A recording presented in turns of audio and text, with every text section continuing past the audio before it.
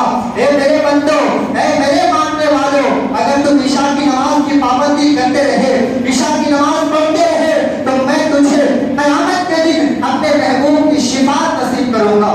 برادران اسلام، اس لیے روایت میں آتا ہے کہ میرے آقا صلی اللہ علیہ وسلم کو دو چیزیں سب سے زیادہ پسند تھی،